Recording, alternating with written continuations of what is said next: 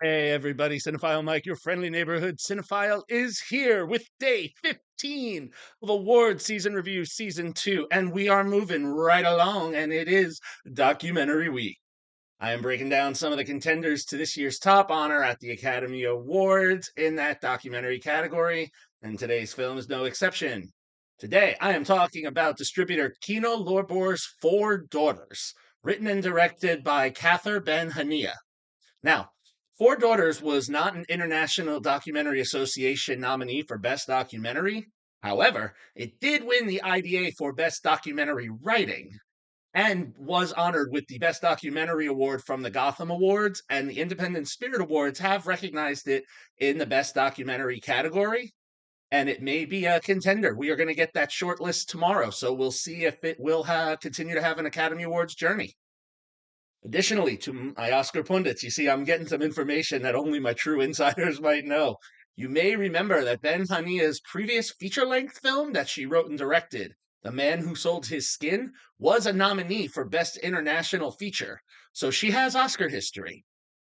Now, to date, as of this recording, the film has a worldwide box office total of $859,452, with $42,901 coming domestically and $816,551 internationally, according to Box Office Mojo.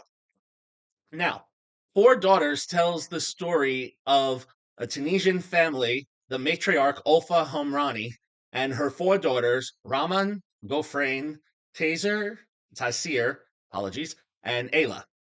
Now, a unique approach in this documentary, Ben Hania also uses three actresses to portray matriarch Olfa and the two older daughters of the four, Raman and Gofrain.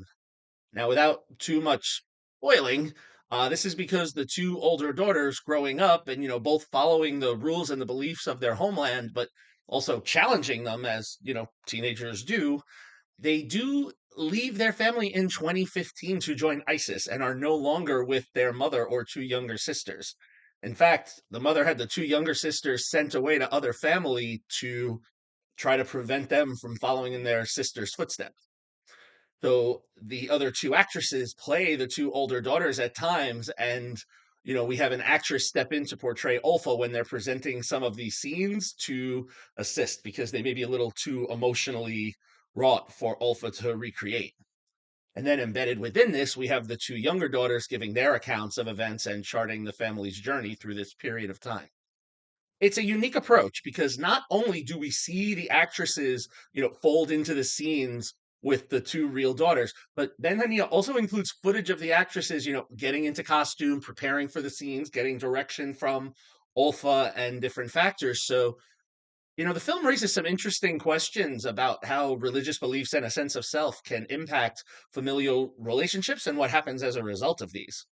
Menhania transitions back and forth between talking head style documentary interviews with the mother and the two younger daughters, and along with the reenactment of family scenes, also embedding some footage of events that were unfolding at the time.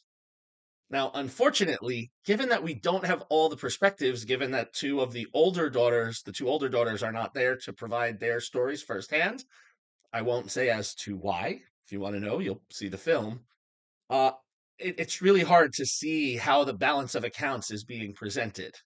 I almost wonder if the story wouldn't have been better served by focusing on the two daughters who fled or the two who remained.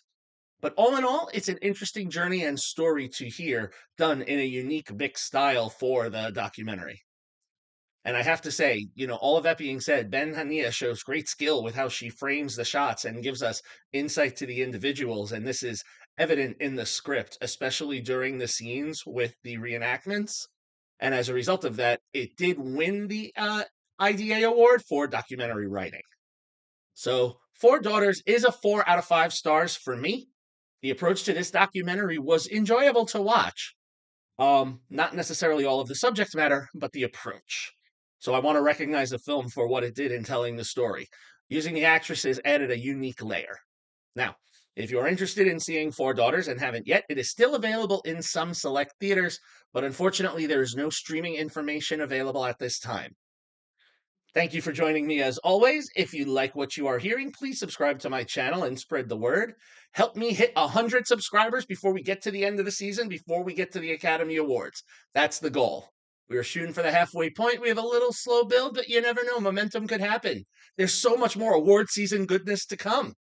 Also, check out the 12 Days of Christmas Reviews in 25 Words on Facebook and Instagram, and compare these and more movies with me on Letterboxd. All of the links that you need are in the bio notes for the channel.